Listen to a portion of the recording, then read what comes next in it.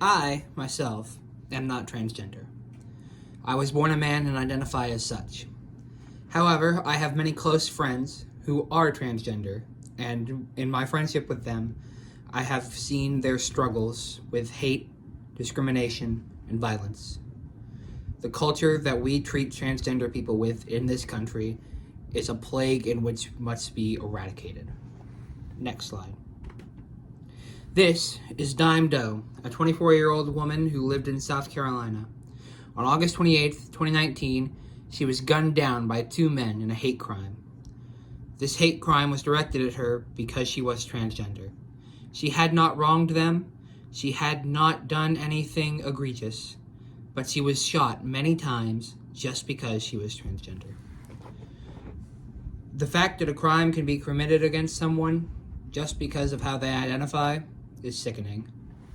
But this does, beg the question, what exactly does being transgender mean? Because it's a very broad term for those who don't identify as such.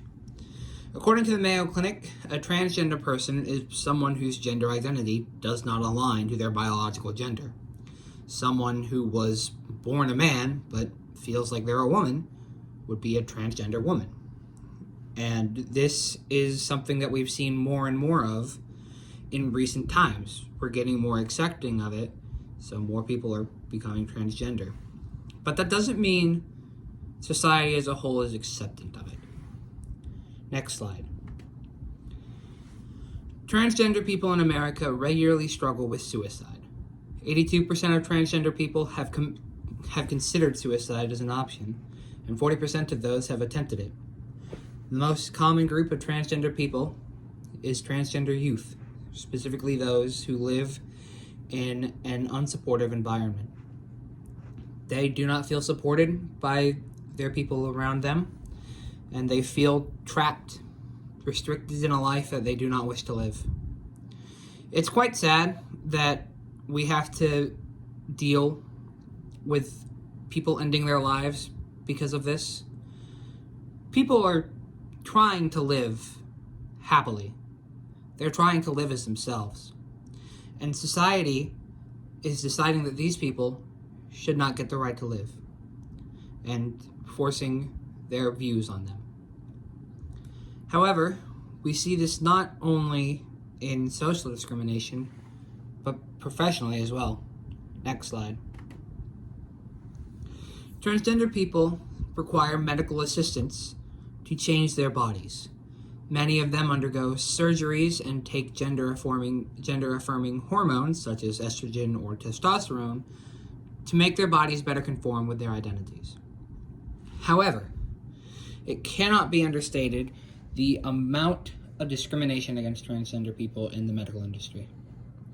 Transgender people have regularly been denied counseling, screenings, pediatric care for their children, and fertility care. Discrimination in the medical field is to a degree that 15% of transgender individuals have postponed or abandoned medical appointments because of discrimination. They do not feel safe to go into a doctor's office. They would rather just wallow than have to deal with society. But there is a point that some make that does throw this into question. We are seeing a lot of people come out as transgender recently. Isn't it just a fad? And to that, I raise you a historical example. Before, we made people who were left-handed use their right hand. We put them in special classes to prioritize the right hand. We made desks that forced the use of the right hand. And this was a societal norm. If you used your left hand, you were weird or wrong. But when we did away with this, we saw a lot more people be left-handed just because they were allowed to be left-handed without using, doing it in secret. They were just allowed. And yet, even then, we see it plateaus at about 12% in the year 2000, according to this graph. This is exactly what is happening with transgender people right now. People are not claiming to be transgender because it's a social fad. They are claiming to be transgender because they are feeling more comfortable with expressing their actual gender because of the amount of people doing it. And it will plateau at a lower number.